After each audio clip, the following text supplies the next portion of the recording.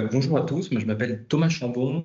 Je travaille pour un cabinet qui s'appelle Co-Conseil, qui est un cabinet qui travaille uniquement avec des structures de l'intérêt général, donc des fondations, des associations.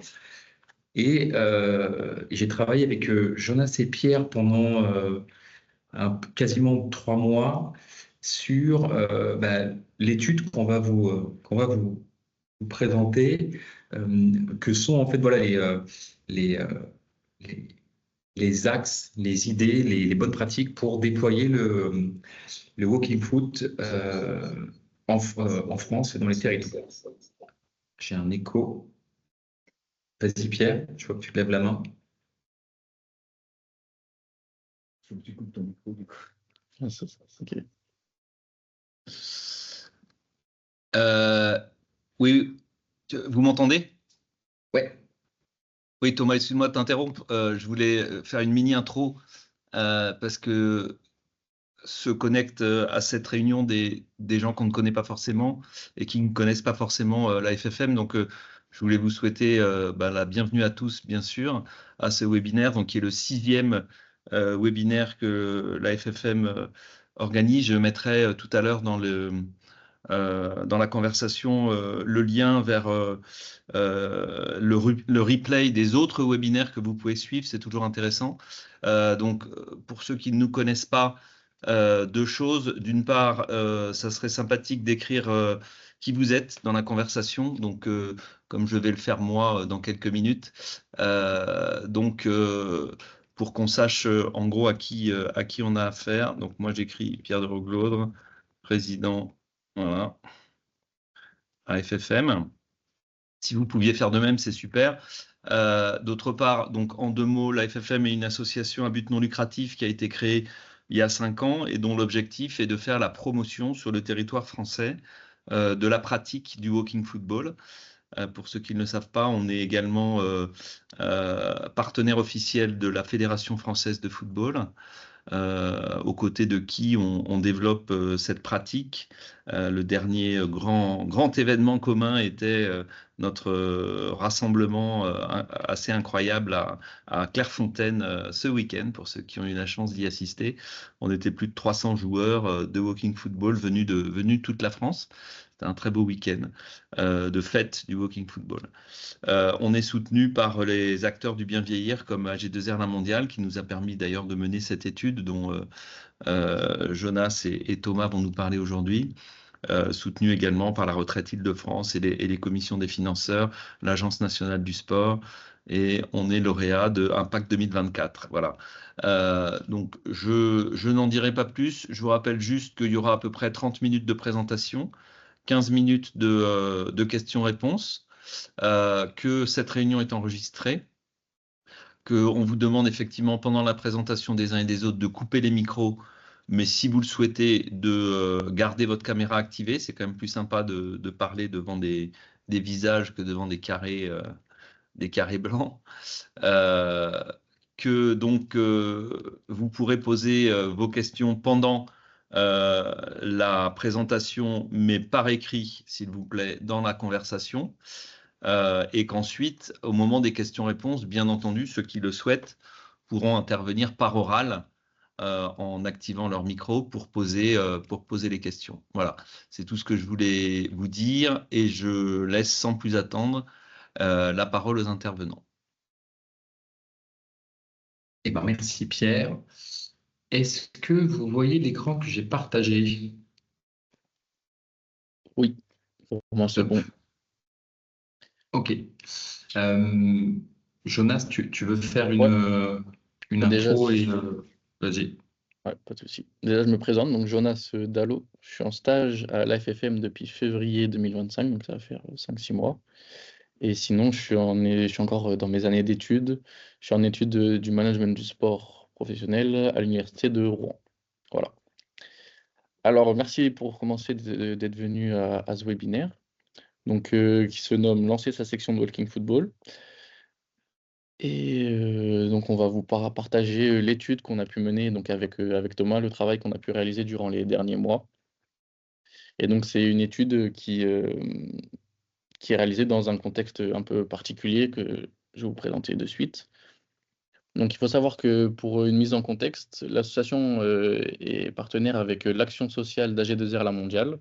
Donc, l'action sociale d'AG2R La Mondiale soutient l'association française de foot en marchand.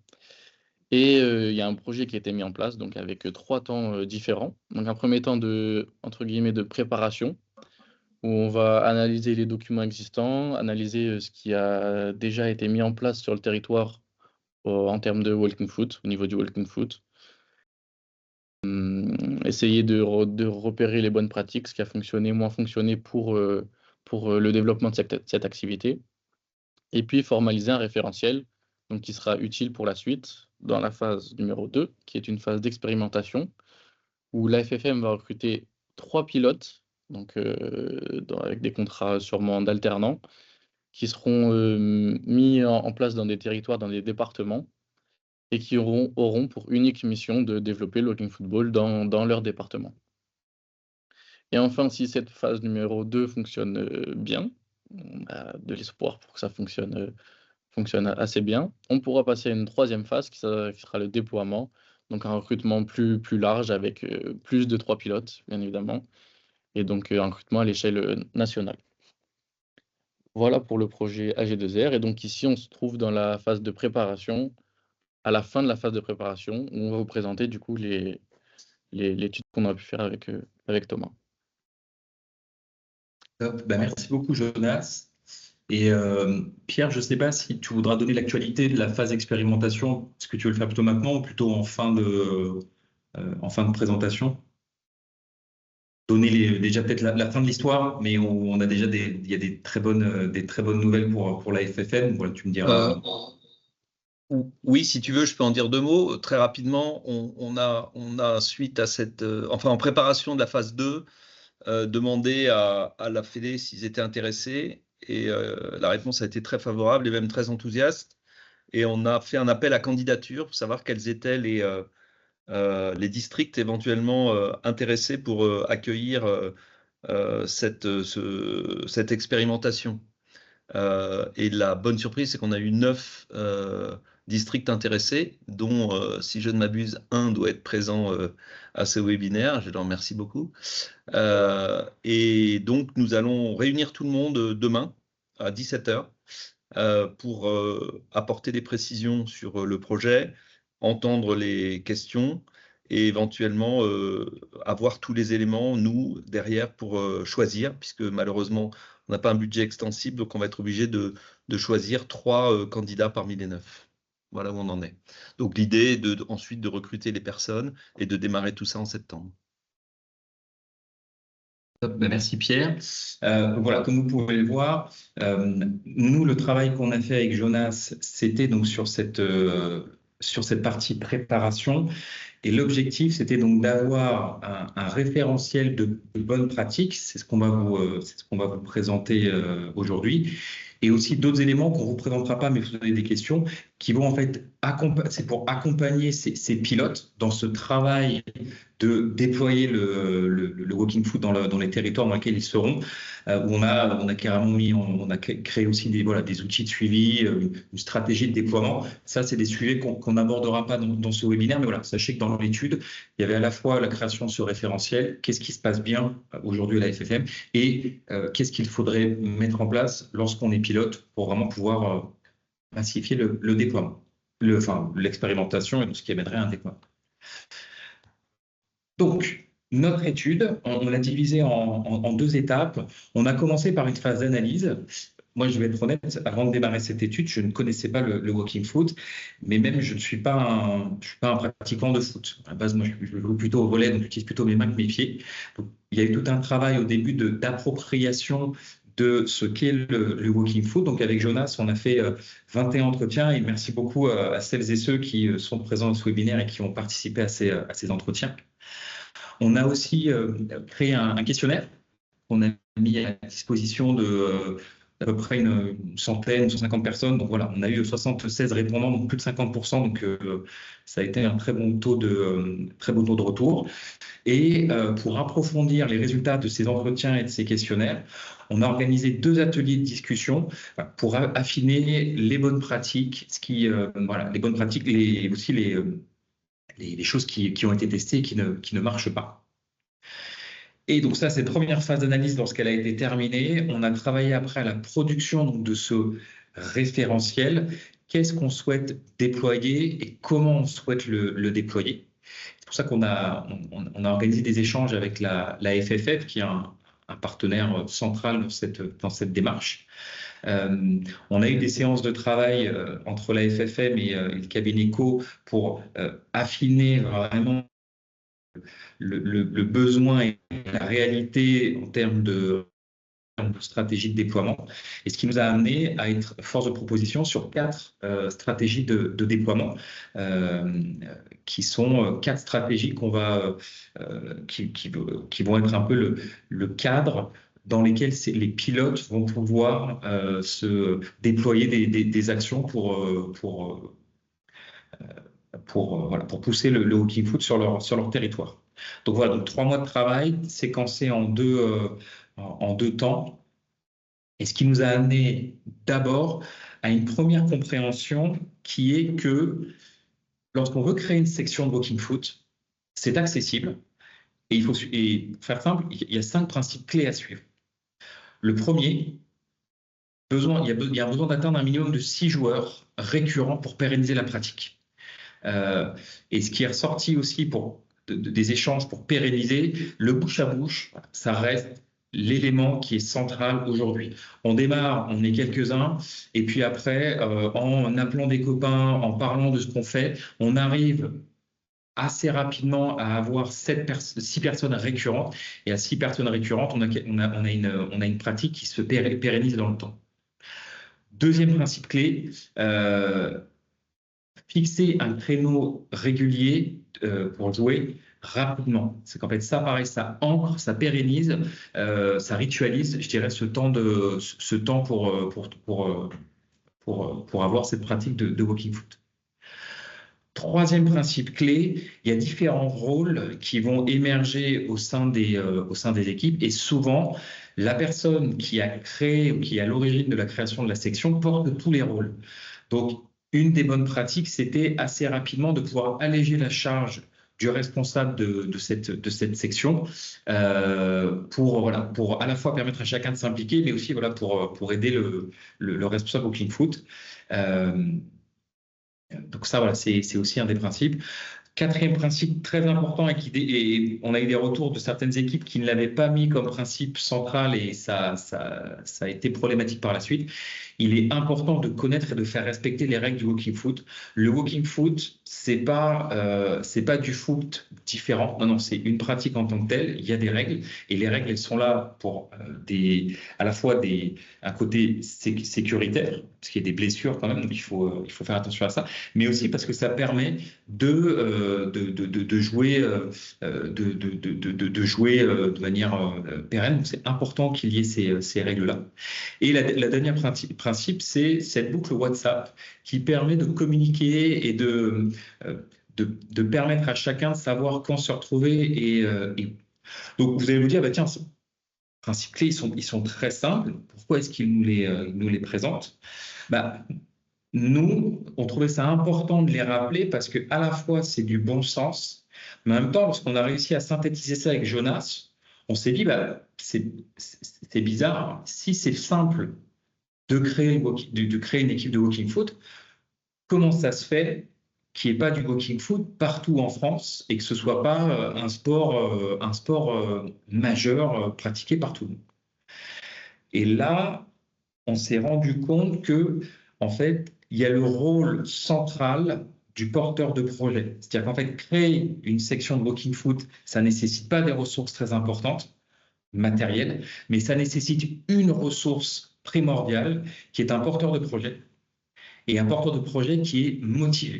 Donc ça veut dire que si on veut répondre à l'objectif que c'est de donner la FFM, de déployer ce sport en France, on a besoin de trouver ces porteurs de projets. Et donc, pour trouver ces porteurs de projets, on a besoin de créer des moments où on peut rencontrer ces porteurs de projets qui sont des responsables de Walking Foot en devenir. On a besoin de créer ces moments de rencontre. Et on a aussi besoin de les accompagner sur le temps long dans la création et dans la pérennité des équipes. Donc, le rôle des ambassadeurs au sein de la FFM, donc ces personnes qui, en plus de leur rôle de responsable d'équipe, vont aller à la rencontre de personnes, vont répondre à des sollicitations, ce rôle, il est clé. Et donc, le deuxième apprentissage qu'on a eu de ce travail, c'est que en plus des 5 principes clés pour qu'une équipe de hockey foot se crée et fonctionne, il y a des règles d'or à suivre lorsqu'on a ce rôle d'ambassadeur pour soutenir le déploiement du hockey foot dans les territoires français. Et ces règles d'or, elles sont donc sur 2 temporalités.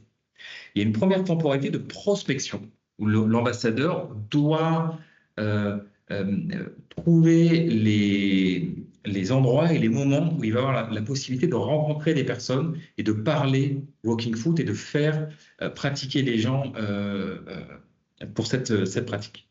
Et il y a un second temps qui est plutôt un temps de soutien d'animation lorsqu'on a trouvé le porteur de projet ou la porteur de projet et que cette personne-là a créé sa section, donc elle est devenue responsable Walking Foot. Après, il faut que l'ambassadeur soutienne cette personne et anime un réseau d'équipes sur le territoire. Donc, sur la phase de prospection, on a 3 règles d'or. Première règle d'or, ne restez pas seul. L'idée, c'est, il y a un partenaire clé qui s'appelle la FFF. Rentrez en contact avec la FFF et faites-vous connaître, proposez le partenariat. Deuxième règle d'or, prioriser cartographie. C'est-à-dire qu'il y a énormément de possibilités diverses et variées pour rencontrer des porteurs de projets potentiels. La première, c'est focalisez-vous sur les clubs de foot, identifiez-les et faites en sorte de pouvoir aller à la rencontre de ces clubs de foot pour identifier des porteurs de projets. Et la troisième règle d'or, qu'on a appelée « Allez voir ailleurs », c'est qu'il n'y a pas que les clubs de foot où il y a des porteurs de projets potentiels. Il y a d'autres cibles, et ça fait partie d'un travail qu'on a mené avec Jonas, qui sont ces prescripteurs, donc ces structures, ces cadres dans lesquels on va pouvoir rencontrer des porteurs de projets. Et l'idée, c'est élargir les cibles, pas uniquement que les clubs de foot, pour pouvoir rencontrer ces porteurs de projets. Donc, lorsqu'on a fait ce travail-là avec mon ambassadeur, on a trouvé normalement suffisamment de porteurs de projets pour qu'il y ait de la création l'émergence d'équipes de walking foot. Mais il faut que ces équipes elles soient pérennes. Et donc, c'est là où on a les 5 autres règles d'or. Aider à grandir. Le rôle de l'ambassadeur, il est important parce qu'il accompagne les porteurs de projets à créer leur section et à devenir responsable walking foot. Donc, à passer de l'idée à concrètement, on a les 5 principes clés qui sont mis en place, qu'on a cités précédemment. Il y a un travail aussi d'animation de réseau, donc augmenter la visibilité des actions réalisées par les différents responsables locaux de walking foot. Un ambassadeur, il est sur une zone géographique qui peut être un département ou un petit peu plus. Et donc l'idée, c'est comment est-ce qu'il permet de faire que les actions qui sont faites à la maille de chaque section puisse être visible. Donc, il fait un travail un peu de mutualisation. Permettez les rencontres. Donc, il y a un travail d'organisation d'événements pour que les équipes locales se rencontrent et qu'elles attirent de nouveaux pratiquants. Donc, que là, en fait, le porteur de projet dans ses actions et donc le responsable de walking foot puisse lui aussi être source et être un moyen pour attirer d'autres personnes qui pourraient devenir potentiellement eux aussi des responsables walking foot. Sensibiliser, donc 7e règle d'or, sensibiliser la convivialité. La convivialité, c'est un des principes clés du walking foot. En plus de la pratique, il y a tout un aspect lien social. Et ça, c'est important que ça reste. Et donc, que l'ambassadeur sensibilise l'ensemble des responsables walking foot. C'est bien de suivre les 5 principe qu'on a cité précédemment, mais il y a quelque chose qui est diffus, c'est le sourire, c'est le plaisir de la pratique, c'est la 3e mi-temps après l'entraînement, et ça c'est important, et c'est important de le garder, donc il faut en parler. Et partager les messages clés. L'ambassadeur a aussi un rôle auprès auprès des responsables, de partager les éléments de langage qui vont leur permettre, s'il y a des personnes qui à un moment donné sont curieux et vont essayer au sein de la section Walking Foot, bah, que le responsable Walking Foot ait les bonnes manières, les bons éléments de langage pour parler du Walking Foot. Voilà les 8 règles d'or. L'idée, c'est que dans la suite du webinaire, on rentre un peu dans le détail.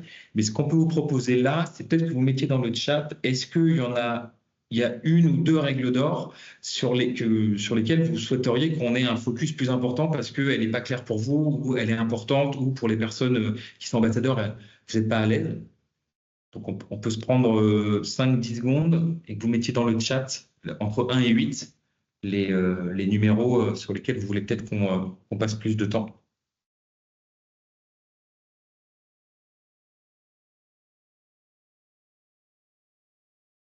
Et Jonas, je te laisse regarder parce que je n'ai pas la vision sur...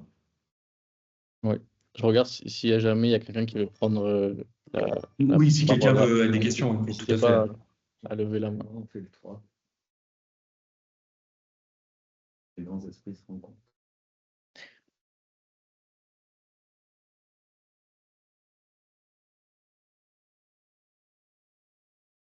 Jackie, tu peux ouvrir ton micro normalement. Tu t'es donné l'autorisation. Oui, bonjour à tous.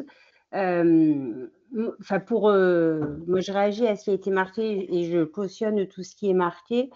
Par contre, on peut avoir des difficultés sur le premier, parce que je pense que dans l'Allier, on est bien en contact avec la FFF et le district. Malheureusement, on n'a pas forcément de retour non plus. C'est pas parce qu'on s'est fait connaître que ça fonctionne. Et pour moi, moi, je ne sais pas faire aujourd'hui bien plus. Je suis entièrement d'accord qu'il faut travailler avec la FFF et les districts et les ligues, mais on ne peut pas le faire seul. Bah, c'est une très bonne remarque. Je vous disais en tout début de présentation que, en plus de ce travail sur le référentiel, on a travaillé avec Jonas à la création de 4 stratégies, qui en gros est un travail, c'est un travail diffus qui va être mis en place au sein de la FFM. Et dans une de ces 4 stratégies, il y a une stratégie de partenariat institutionnel. Donc en fait, c'est pour ça que suite aussi à ce travail qui a été fait, la FFM a décidé d'approfondir les interactions avec la FFF. Et donc, il y a un travail qui va démarrer, et c'est pour ça que le sujet des pilotes est un des sujets, mais il y a un travail auprès de la FFF, à la fois à la maille nationale, donc les interactions que va avoir Pierre avec des personnes qui sont au niveau du national à la FFF, pour se faire connaître, pour que pour avoir un plan d'action à la maille nationale, mais aussi pour que ces actions-là soient cohérentes avec des réalités de terrain, puisque la FFF, elle a des représentants au niveau du district, donc des départements, au niveau des régions, et les ambassadeurs aujourd'hui, sont soit à la maille départementale, pas trop à la maille régionale, et parfois les CTD n'ont pas le temps de répondre aux sollicitations des ambassadeurs, et ce qui fait que, comme tu le dis, le sujet 1 reste lettre morte. Donc c'est quelque chose qui est en cours, c'est un travail qui va être mis en place. Et je ne sais pas si Pierre, tu vas ajouter peut-être quelques éléments là-dessus. Oui, je ne sais pas si vous m'entendez, mais pour effectivement apporter un tout petit complément tout à fait concret, effectivement, un des constats qui ont été faits pendant cette étude, mais qu'on soupçonnait déjà un petit peu, c'est que les messages passés au niveau national de la collaboration, la coopération entre la FFM et la FFF, qui font l'objet d'un partenariat officiel où les engagements des uns et des autres sont écrits, a du mal à redescendre jusqu'au district et que les messages ne sont pas toujours compris et perçus et clairs pour tout le monde, et ce qui est normal dans une organisation de cette taille, hein. Donc le travail qu'on a commencé notamment avec Émilie et Sébastien, donc à la fois avec la DTN et la LFA, la Ligue de football amateur, c'est d'essayer de réunir un petit groupe de travail composé de 3-4 ambassadeurs et 3-4 CTD, donc des conseillers techniques départementaux, pour élaborer une sorte de charte de coopération qui soit massivement diffusée auprès de tous les districts ensuite, pour que tout le monde sache qui fait quoi dans un district entre la FFM et son ambassadeur et le district et son CTD. Parce qu'effectivement, c'est pas toujours très clair, c'est pas toujours bien compris. Et d'un district à l'autre, quelquefois, on se retrouve dans des situations un peu ubuesques où on se demande ce que la FFM fait là, lors d'un critérium, par exemple. Et les joueurs disent, mais alors, c'est qui la FFM par rapport à la FFF? Enfin, les messages sont pas encore très, très clairs, on en a bien conscience. Donc, il y a un travail de communication à faire et on s'y emploie. Est-ce que Jackie, ça répond en partie ou complètement à ta question ou ton Oui, interrogation? complètement. Je savais qu'il y avait un groupe de travail en cours de constitution, donc je suis pas inquiète, mais c'est vrai que c'est un vrai frein aujourd'hui. Voilà. Mais ça va se développer. Complètement. Mais c'est pour ça que c'est 8 règles d'or. Et puis, je les balayerai, j'ai regardé un peu les réponses et on se focalisera sur certaines. Mais en fait, sur ces 8 règles d'or, c'est une synthèse à la fois des bonnes pratiques ou ce qu'il aurait été bien d'amplifier et les choses dont on ne parle pas dans cette présentation, mais qui sont les 4 stratégies. Les stratégies sont aussi, avec des plans d'action derrière, donc une liste d'actions qui sont à mettre en place, ce sont une manière aussi de permettre à ces 8 règles d'or de fonctionner et de bien fonctionner. Donc voilà, donc c'est vrai qu'il y en a certaines, vous allez vous dire, en fait, oui, ça fonctionne très bien, on le fait déjà très bien et c'est important. D'autres, un peu comme celle-ci, des fois, ça coince un peu et donc, tout ou partie des stratégies a comme ambition de fluidifier pour que toutes ces règles se mettent en place. Ouais. Juste avant que tu passes à la suite, Thomas, peut-être il y avait Pierrot. Il me Oui. semble qu'il y avait une question. Pierrot, je t'ai autorisé à allumer ton micro. Normalement, si tu ouvres ton micro en haut de ton écran, tu devrais pouvoir parler. Je ne sais pas si tu as toujours une question ou pas. Non. Bon, Sinon, il peut écrire dans sinon, oui. la question s'il n'arrive pas. Sinon, tu peux écrire le chat Tu peux écrire ta question dans le chat, pardon, si tu n'arrives pas à activer ton micro. Essaye d'ouvrir. Sinon, en attendant qu'il écrive, j'ai vu qu'il y avait des gens qui voulaient peut-être qu'on explicite un petit peu l'action 2, qui est donc prioriser, cartographier. Et l'idée là, c'est d'organiser un petit peu le travail de comment est-ce que je sais qui je vais aller voir et comment je priorise.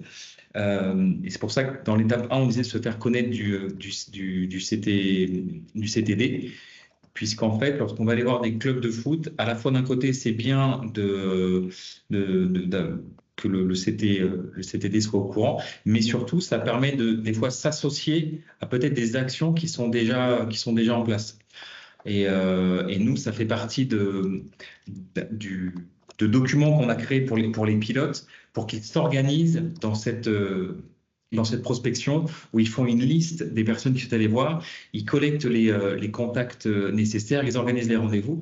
Et à la fin, l'objectif, c'est d'avoir une séance découverte, puisque tout le monde est d'accord pour dire qu'en fait, le walking foot, le tester, c'est l'adopter. Donc, l'objectif principal, c'est créer les conditions pour que vous puissiez permettre à des gens de tester grandeur réelle le walking foot, pour qu'ils sachent vraiment ce qu'il y a derrière et qu'il y ait un plaisir à jouer.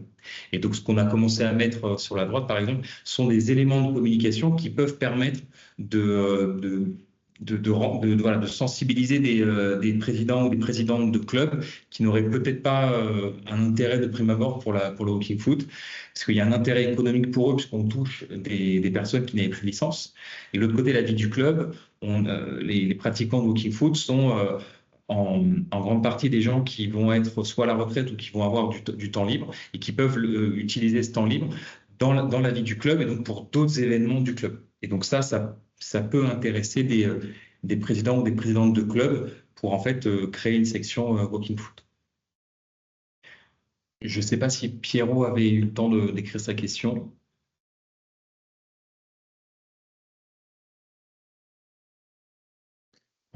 Non, Non, je crois ok. pas. J'ai vu qu'il y avait des personnes aussi qui voulaient qu'on passe un petit peu de temps sur la partie 3. Sachez que la partie 3, ça fait partie, c'est juste une règle d'or, mais derrière, il y a tout, on a défini une stratégie dédiée pour cet axe-là qui s'appelle la stratégie des partenaires locaux. C'est qu'en fait, en plus des clubs de foot, il y a d'autres typologies d'acteurs que l'ambassadeur, l'ambassadrice peut aller voir pour trouver des potentiels porteurs de projets, que sont les collectivités, donc les collectivités, des acteurs du médical, des entreprises, des associations seniors. Et l'idée, pareil, c'est avoir une liste de qui sont ces acteurs sur le territoire dans lequel on se trouve. Pareil, cette prise de contact, organiser un rendez-vous, proposer une séance découverte. Donc ça, voilà, c'est quelque chose qui est très, qui reprend en fait les étapes avant. Mais ce qu'il faut savoir, c'est que nous, pour les pilotes, on a créé un plan d'action beaucoup plus détaillé avec vraiment une liste beaucoup plus fine d'actions pour que vraiment cette phase de prospection soit une phase très, très rigoureuse et avec aussi un lien avec une stratégie événementielle puisqu'il y a des événements sur lesquels on peut participer en tant qu'AFFM pour promouvoir, pour sensibiliser au Walking Foot. Donc l'idée majeure ici, c'est de dire il n'y a pas que dans les clubs de foot et avec des anciens pratiquants de foot qu'on peut trouver des porteurs de projets, on peut aussi trouver des personnes sportives, pas absolument sportives foot, voire ça peut être aussi foot, dans d'autres cadres, et c'est un vivier de porteurs de projets très important. Donc voilà, c'était l'idée d'élargir un petit peu le scope de recherche en prospection.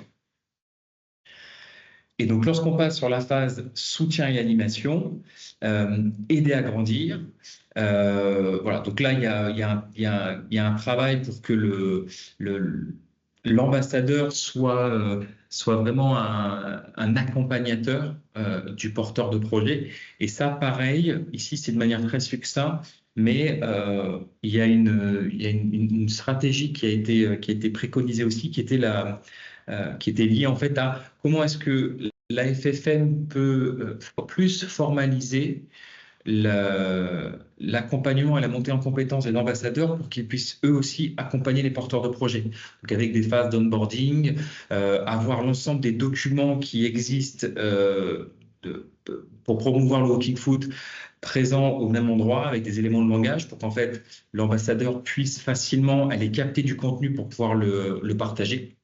Et peut-être animer cette communauté d'ambassadeurs avec des échanges, comme ça se fait déjà un petit peu au sein de la FFM, mais peut-être le développer plus avec des événements où chaque ambassadeur peut partager. Voilà, moi j'ai testé ça, ça a marché. Qui peut aussi même vider son sac, bah, tiens, j'ai eu un rendez-vous, c'était catastrophique. Et une autre personne qui va dire, bah, voilà, moi ici, j'ai eu le même entretien. Et donc, à la fin, quelque chose qui était catastrophique va devenir à la fois une chose où on en rigole, mais en plus, une bonne pratique à éviter pour les autres ambassadeurs.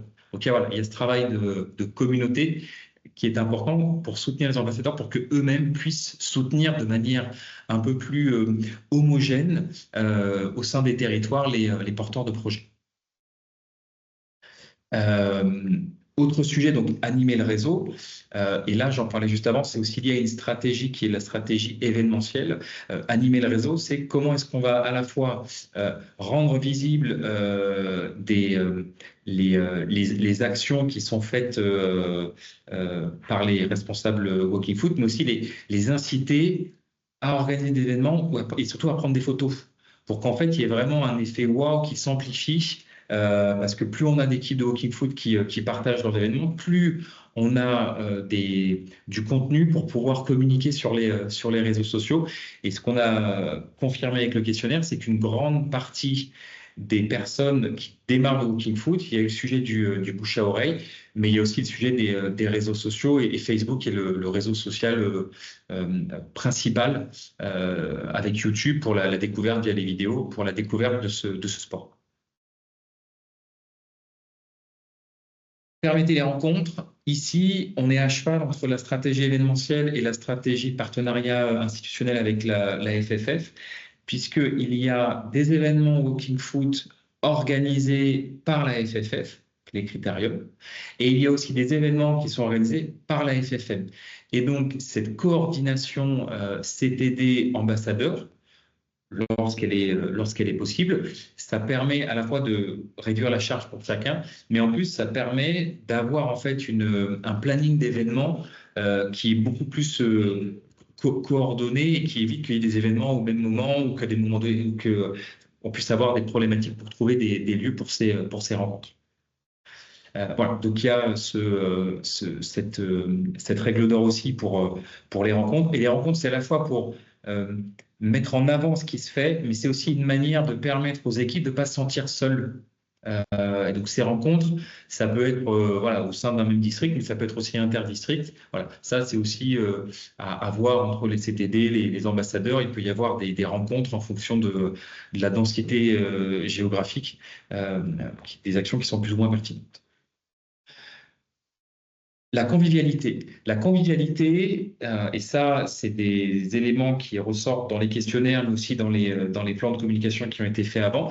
C'est un des sujets majeurs de pourquoi les gens font du Walking Foot. Il y a le plaisir de jouer, qui est de retrouver ce plaisir qu'on avait à l'époque quand on faisait du foot, ou avoir une activité sportive, parce qu'on a du plaisir à faire du sport.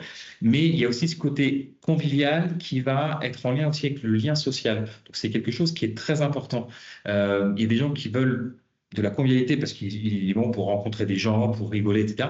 Mais il y a aussi des gens pour qui ça va être des rares moments de discussion dans la semaine. Et ça, c'est une réalité, c'est un des enjeux auxquels s'attelle la FFM. Et c'est pour ça que c'est important de sensibiliser les responsables Walking Foot à ça, puisque c'est un des piliers majeurs de la FFM. Donc voilà, il y a ce sujet d'inclusivité, d'accessibilité et de mixité et intergénérationnel. Alors ça, l'idée, c'est de pouvoir permettre les rencontres intergénérationnelles entre les grands-parents et les enfants, par exemple. Mais il y a aussi certains clubs qui nous disent, ça, c'est l'intergénération, enfin, le côté intergénérationnel, c'est parfois, mais pas tout le temps. Il ne faut pas que le Walking Foot, ce soit tout le temps des jeunes, des moyens jeunes et des plus anciens. Il y a aussi la volonté d'avoir une pratique 50 ans et plus, 60 ans et plus. Donc c'est pour ça que ça aussi, il faut que chacune des équipes sache quelles sont les attentes et les besoins des pratiquants. Mais voilà, c'est-à-dire qu'on a eu les deux sons de cloche, c'est bien d'avoir des événements, mais c'est aussi bien d'avoir des entraînements qui sont dédiés à des personnes seniors. Et dernière règle d'or, partager les messages clés. Ce qu'il faut savoir, c'est que la FFM a déjà fait un plan de communication, le plaisir de refaire du foot. Et donc, vous avez des éléments de communication à disposition. Donc, surtout, n'hésitez pas à vous les approprier, à les partager sur les réseaux sociaux, lorsque vous rencontrez des gens, voilà. Parce que le Walking Foot, ça passe par de la pratique, ça passe aussi par le fait d'en parler autour de soi, et c'est toujours bien d'avoir un support pour étayer ses propos. La conclusion de tout ça, c'est de dire que tout le monde peut avoir un rôle dans le déploiement du Walking Foot, et l'idée, c'est vraiment d'en parler. Donc, vous pouvez vous aussi être à votre échelle un ambassadeur, une ambassadrice. Vous pouvez à votre échelle aider un ambassadeur ou une ambassadrice si vous savez qui est la personne référente au sein de la FFM. Donc, toutes les idées sont bonnes à prendre, toutes les initiatives sont bonnes à prendre. Et l'objectif, c'est peut-être pas en 2030 d'avoir autant de pratiquants qu'en Angleterre, mais ça pourrait être un challenge intéressant en tout cas. Voilà, merci en tout cas pour votre écoute et si vous avez des questions, je suis à vous. Ouais. Merci Thomas. Tu peux peut-être passer à la dernière slide, c'est juste pour lancer la phase Ah de oui, questions-réponses. Voilà, parfait. Ok, Jackie, vas-y, normalement tu as déjà l'autorisation, donc tu peux y aller. Merci, merci de cette présentation. J'ai une piste parce que c'est vrai, je suis ambassadrice pour l'Allier et finalement je découvre presque mon rôle aujourd'hui. Je me dis que ce serait intéressant de faire peut-être des visios de temps en temps spécifiques ambassadeurs pour réexpliquer en fait ce qu'on peut faire et nous aider parce que je suis dans un territoire où c'est encore assez peu développé. C'est vrai qu'on est parti un peu d'une feuille blanche et maintenant qu'il y a des pistes, je trouve que ce serait intéressant qu'on puisse échanger au-delà de la boucle WhatsApp. Voilà. Oui. Effectivement, ça peut être une piste à poursuivre, ouais. Mais d'avoir des échanges un peu plus récurrents et un peu plus poussés donc avec les autres ambassadeurs pour pouvoir mieux échanger et avoir une ligne directrice un peu plus claire. C'est le sujet de l'animation de communauté. C'est vrai qu'on s'est rendu compte et merci Jackie en plus pour ta disponibilité lorsqu'on a fait l'entretien. C'est des sujets qui ressortaient aussi quand on a échangé avec différents ambassadeurs. C'est que il y a une communauté d'ambassadeurs. Enfin, il y a des ambassadeurs, mais on pourrait aller plus loin sur l'animation de cette communauté avec des rituels, des événements, voilà, comme tu le dis, hein, ça peut être des échanges une fois par mois, les personnes qui peuvent se connecter. Il y a un temps de partage, voilà, les gens qui souhaitent expliquent voilà, ce qu'ils ont essayé, ce qui a bien marché, des succès, des échecs. Et après, il peut aussi y avoir un petit temps dédié, alors codev ou autre, mais si certaines personnes ont des problématiques, disent voilà, moi je suis bloqué sur ce sujet-là. En fait, vous êtes 33 ambassadeurs à date. S'il y en a en moyenne même 20 qui peuvent se connecter, à 20 face à une problématique, ben, ça donne des idées. Donc voilà, donc il y a ce sujet-là d'animation. Il y a aussi peut-être de formalisation sur de l'onboarding, s'il y a des nouvelles personnes qui arrivent, pour qu'en fait vous soyez peut-être au clair de qu'est-ce que quand je suis ambassadeur et que je dois soutenir quelqu'un, est-ce qu'il y a des bonnes pratiques, voilà, des messages importants à faire passer? Est-ce qu'il y a des documentations qui existent? Voilà, c'est peut-être aussi ça qui peut être à formaliser. Oui, Pierre?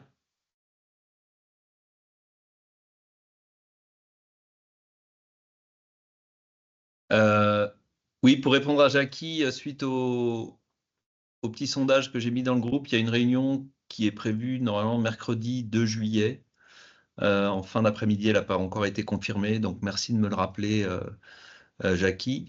Et on est effectivement sur plusieurs sujets concernant l'animation du réseau des ambassadeurs, de formaliser un petit peu plus l'onboarding des nouveaux ambassadeurs. Donc je salue d'ailleurs le tout dernier qui doit être connecté aujourd'hui, qui est le nouvel ambassadeur du Rhône, qui est Eric. Est-ce qu'il est toujours là, Eric? Non, il a dû se déconnecter malheureusement. Mais j'ai vu qu'il était venu tout à l'heure. Un kit ambassadeur qu'on a mis au point il y a un an au moment du démarrage, mais qui est peu connu des uns et des autres. De se mettre d'accord peut-être sur un rythme plus régulier de visio. Tu as raison, Jackie. Moi, je pense que c'est important. Dernier point, on a envisagé, Olivier avait pris l'initiative de proposer une équipe de foot, de walking foot, d'ambassadeurs qui pourraient de temps en temps participer à un tournoi. Je trouvais que c'était une jolie idée. Et puis dernier point, c'était un événement, alors cette fois-ci, si possible en présentiel, parce que les visios, on adore ça, mais on sait qu'au bout d'un moment, ça suffit plus. Donc voilà, on avait envisagé, ça s'est pas fait cette saison-là, j'espère que l'année prochaine, on y arrivera, de monter un événement en physique où on se retrouve quelque part tous ensemble. Voilà. Et le dernier point, mais ça a été décidé ce matin, je pense que je vais confier à Jonas, ici présent, l'animation du réseau des ambassadeurs, puisque c'est un sujet qui est dans la droite ligne de ce qu'il a fait avec Thomas dans le cadre de cette étude sur AG2R. Et comme Jonas enchaîne sur une alternance à la FFM à partir de septembre prochain, je pense que ça fera partie de ses attributions. Voilà.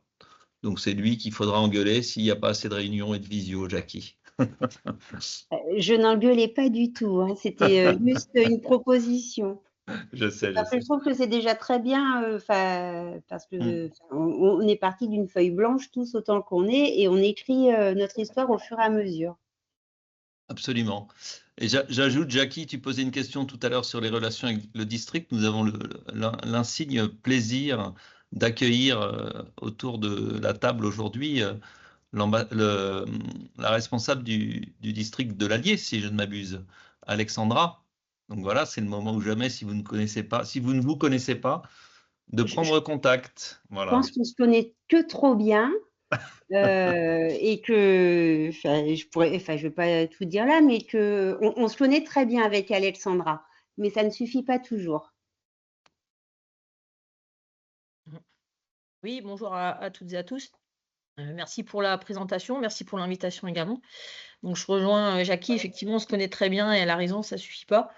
Donc une des raisons aussi pourquoi on a répondu à votre alors appel à projet ou votre poste, après peu importe si on est retenu ou pas, mais en tous les cas, et puis on a déjà échangé avec Jackie là-dessus. Alors effectivement, sur le département, on a des choses en place avec quelques clubs plutôt très dynamiques et le SC Averme en fait effectivement partie, avec d'autres structures qui se lancent progressivement. Et pour le moment, on est plutôt sur une saison un petit peu charnière où on vivote un peu, où il y a des choses à développer. Donc l'idée aussi de participer à votre webinaire, c'était aussi d'avoir peut-être aussi des bonnes pratiques, des bonnes idées, parce que voilà, plus on est à échanger, à être convaincu sur la pratique, et mieux on va essayer de le développer. Donc oui, on est dans un district où on vivote un petit peu sur cette pratique, mais on a une volonté aussi de repartir de bon pied, de le développer bien mieux, et bien sûr en collaboration avec vous, avec les clubs et les structures qu'on a sur place. Voilà.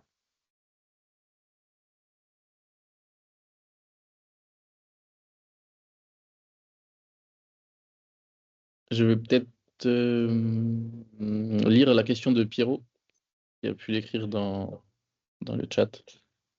Coupe ton son peut-être, Pierre. Alors Pierrot qui demande quelques questions. Il me semble que le district est plutôt compétition, Clairefontaine, alors que l'FFM se tourne plus vers la convivialité, joueurs plus âgés avec les tournois. Est-ce que Pierre, tu veux réagir dessus? Ou le district, peu importe. Pardon. Je prends le micro. C'est une question récurrente. Moi, je pense fondamentalement, c'est un peu ce que j'ai dit à Clairefontaine lors de mon intervention. Je pense fondamentalement qu'il faut satisfaire les deux publics. Et je pense fondamentalement aussi que la Fédé est sur la même longueur d'onde que nous sur ce sujet. On sait très bien que le Walking Football a une dimension compétitive, quoi qu'on en dise. L'UEFA s'y intéresse, peut-être demain la FIFA, et que c'est très bien qu'à 70 ans, on ait envie de gagner des matchs et des tournois. Moi, je trouve que c'est magnifique. Et qu'il y a aussi une dimension sport santé, convivialité. D'ailleurs, l'un n'empêche pas l'autre. Hein. Pour moi, on peut faire des tournois en étant très convivial. Convivialité, plaisir de jouer, de taper dans le ballon sans forcément faire des matchs et gagner des tournois. Fondamentalement, on a les deux. C'est vrai que c'est pas facile de satisfaire les deux publics, mais c'est un challenge. Et moi, j'ai l'impression que la FFM et la FFF sont sur la même longueur d'onde. Alors, la FFF a une culture de compétition, d'organisation de tournois, qui est énorme et donc c'est normal que ça soit son savoir-faire. Le sentiment que j'ai, c'est que la FFF s'est un peu moins adressé les sujets de seniorité. La FFF est très bien quand il s'agit d'aller parler aux jeunes et de développer le foot au niveau des jeunes, c'est logique. Nous, je pense qu'on est un peu plus en mesure d'aller, par exemple, chercher des soutiens financiers auprès des caisses de retraite. C'est plus dans notre culture que ce que fait la FFF. Mais voilà, fondamentalement, sans passer pour un bisounours, je pense qu'on est d'accord et qu'il faut faire les deux. Voilà, c'est un peu ma réponse de Normand, si j'ose dire.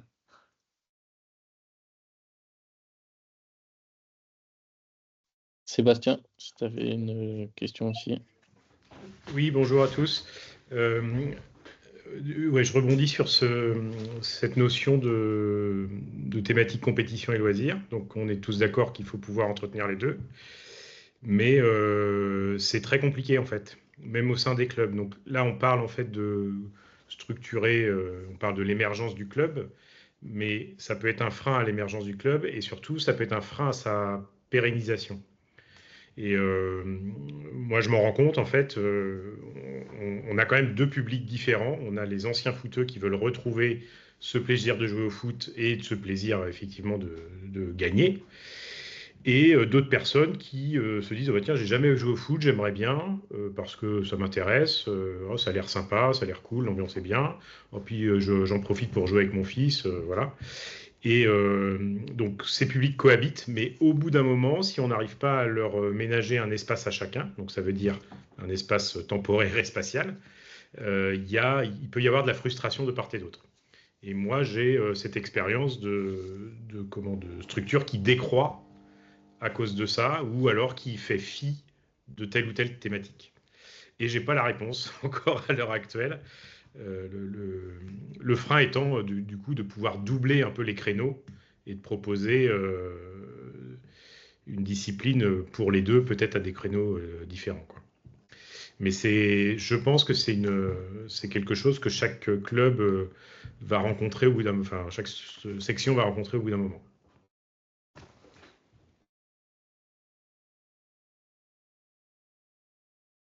Désolé de casser l'ambiance, hein.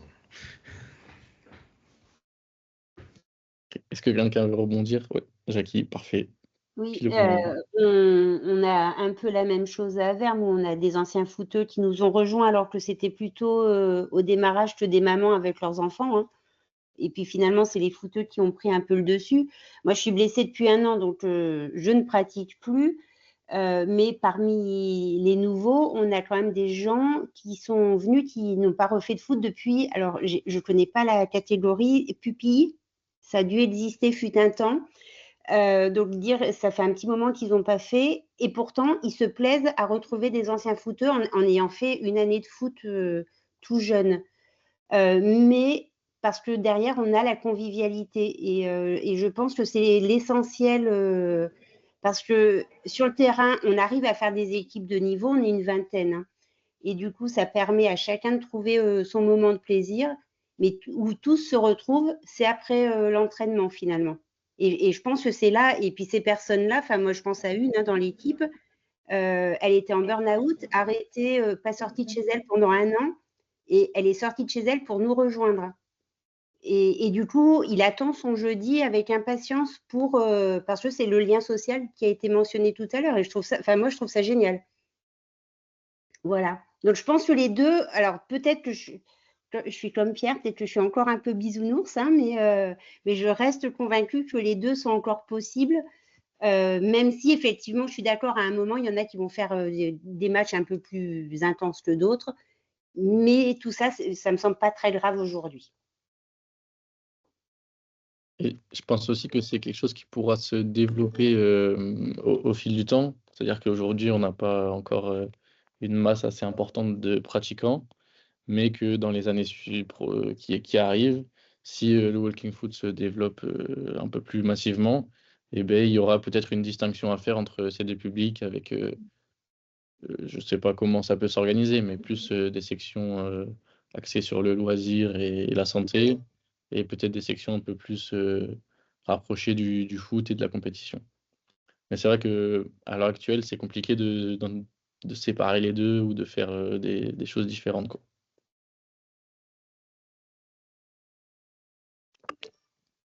Je vais finir de lire la question de Pierrot, donc, qui était sur le règlement. Au niveau du règlement, je t'invite à aller voir sur le site de la FFM, où on a récemment mis à jour les règles, qui sont les règles de la WFA. Et donc, où normalement, tu trouveras les dimensions de but, les ballons utilisés, et peut-être au niveau de l'âge, je pense pas qu'il y ait de règles spécifiques. Voilà. Est-ce que vous avez d'autres questions relatives à ce qu'on vient de présenter, peut-être à l'étude qu'on a faite, peut-être sur le projet AG2R à la mondiale dans sa globalité? Pas spécialement. Pierre, tu veux dire un petit mot pour conclure? Ouais, Non, écoutez, je voulais juste remercier les deux intervenants pour leur présentation et puis tout le travail qu'ils ont fait pendant ces mois. Remercier à nouveau tous ceux qui ont bien voulu se prêter au jeu de l'interview parce que ça nous a permis de recueillir une très belle matière qu'on a essayé de synthétiser, de transformer en gros en feuille de route pour les gens qu'on va embaucher sur les trois territoires pilotes, comme je vous l'ai dit. Donc je pense que là, le projet suit son cours et ça augure d'une belle deuxième phase qui nous permettra, j'espère, de montrer qu'avec du volontarisme et un plan d'action précis et puis surtout de la collaboration entre la FFM et le district, on arrive à faire avancer les choses. Parce que le but du jeu, c'est quand même de créer des sections sur un territoire. Voilà, donc on a 1 an pour se prouver à tous que c'est la bonne approche. Et donc, merci aussi à vous de vous être connectés à ce webinaire. C'est vachement important pour nous de pouvoir partager avec vous tous ce genre d'informations. Et on n'a pas encore de calendrier pour la rentrée, mais je pense qu'on va continuer tous les mois à vous proposer des webinaires comme ça. Juste avant de finir. Oui. Juste avant de finir, je réponds à la question de Isa. S'il existe des sections qui ne sont pas affiliées à un club de foot et des associations à monter. Et bien justement, au tout début de notre étude, une des questions qu'on s'est posées avec Thomas, c'est s'il était vraiment utile et recommandé de s'affilier à un club de foot déjà créé, de proposer de créer une section au sein du club de foot.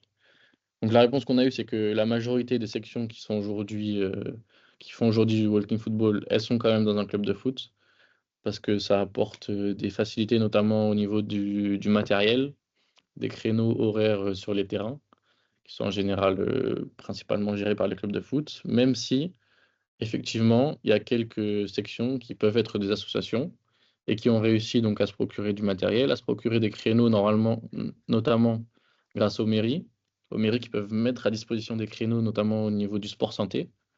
Donc c'est une pratique qui peut être amenée en tant que sport santé, et donc on peut bénéficier de créneaux dans des gymnases ou dans des terrains de foot grâce à ça. Donc nous, on a principalement recommandé du coup de s'affilier à un club de foot parce qu'on trouvait ça plus simple. Mais après, si les clubs de foot sont pas réceptifs, effectivement, il y a la possibilité donc de monter une association. Voilà, pour répondre à la question de Isa. Je laisse me répondre. Merci. Ok, parfait. Eh bien, Thomas, tu as quelque chose à rajouter ou pas spécialement? Merci à toutes les personnes qui ont été interrogées, qui nous ont donné de leur temps. Merci à la FFM pour cette belle mission.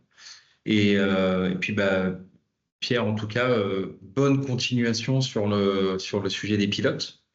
Voilà. En tout cas, merci à tout le monde et ça a été une joie de découvrir tout l'univers autour du hockey foot. Très bien. Excellente fin de journée à tout le monde. Au revoir. Oui, merci. Bonne journée.